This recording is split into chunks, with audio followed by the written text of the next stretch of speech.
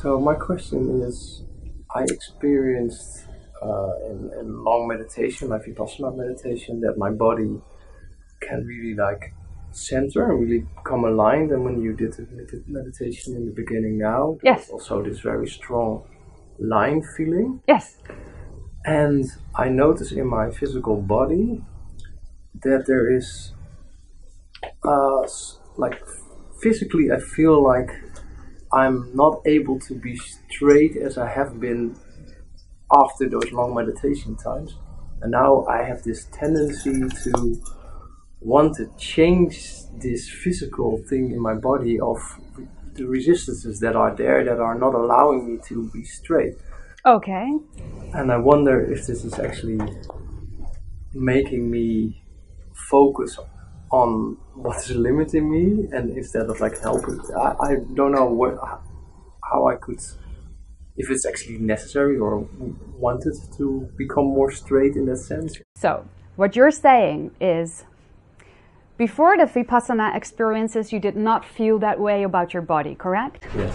So only after doing this in-depth type of meditation, you began to notice something that seemed an out of syncness in your physical system. Yes. And right now, you say, it is hampering you to relax in ongoing meditations. Not really, but I mean is, I've experienced that this limitations were not there anymore, and that I felt completely connected, like in a straight line. Yes. And that now I'm just not able to feel that kind of connection like that anymore. But you said you felt it for a moment while you were sitting here. I felt also the friction. Okay. There's like, this part's not coming. Where along your spine, if you can give a rough indication, is this sensation the strongest? Yeah, my heart. Your heart space. And a bit above it. So shoulder blades, you could say. Yeah.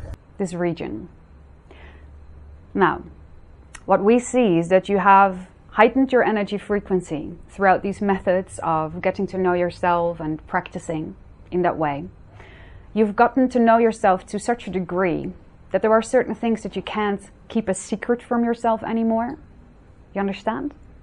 So, desires from the heart that wish to be spoken, or a particular desire or longing for basic needs, are being made apparent to you right now by the translation of your physical body. That picks no coincidence that particular part of your system surrounding the heart. Do you understand this? You're sending yourself a message. I understand this part. I don't understand what it concretely means. By practicing the way you did, you got to know yourself a whole lot better. You fine-tuned and you brought yourself to a higher energy frequency. On this higher energy frequency, you can no longer hide or lie to yourself. So something here around your heart wishes to be seen. Something about doing your practice and remaining to feel out of sync is sending you a message about a heart's desire that is not being met in your life. So instead of focusing on like physical sensation of it and trying to change that, I actually am invited to do something different than the outside. You're inviting yourself to go deeper within and investigate, if possible at all, your belief systems around the general theme of love or connectedness. To look into that more than continuing to focus exactly on what vertebrae feels what way exactly, and when you sit that way, when you feel it, and getting annoyed with this becoming a pattern or a repetition that distracts you from relaxing. So we say the quote-unquote answer or solution to this lies in getting to know yourself better on that particular subject that you're pointing out to yourself right now. So we could go as far and ask you here, do you feel that there is a part in your life where you're not meeting your own needs when it comes to love? Or is that something you would rather explore by yourself, and do you feel you've received enough information right now to play with? I can say, I think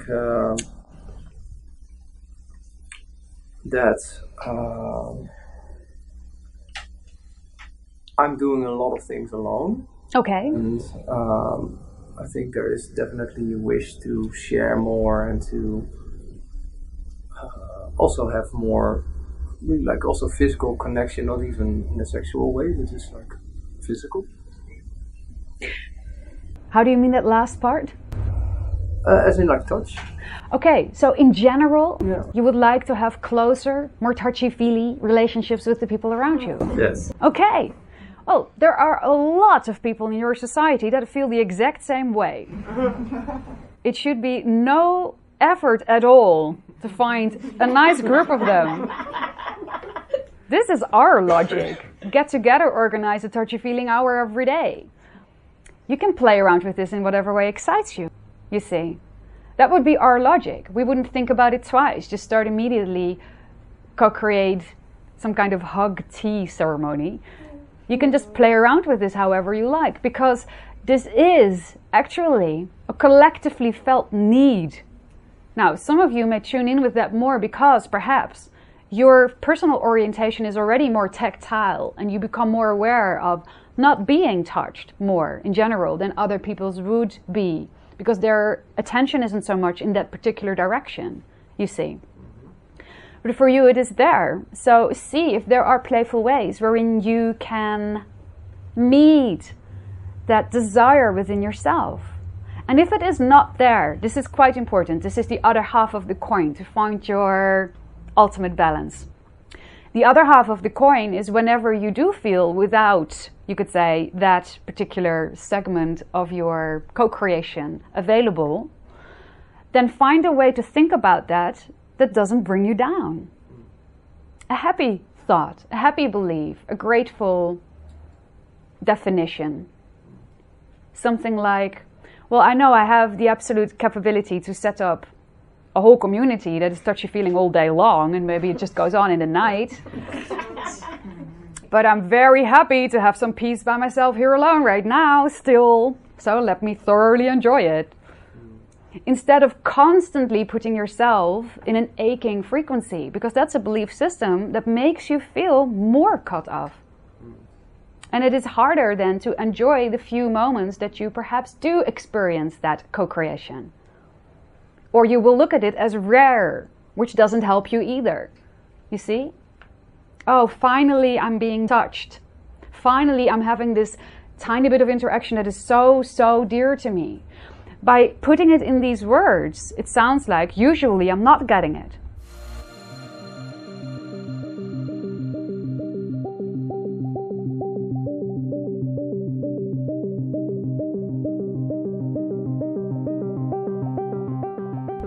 You see? So practice when you are receiving it, the energy frequency of somebody who knows that this is always there.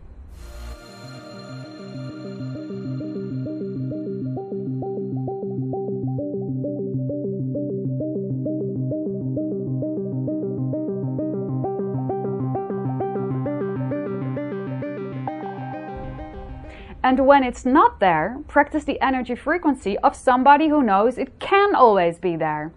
And you're not missing out. Because truth is, it literally could be always there. We are a very touchy-feely community. You would be entirely uncomfortable.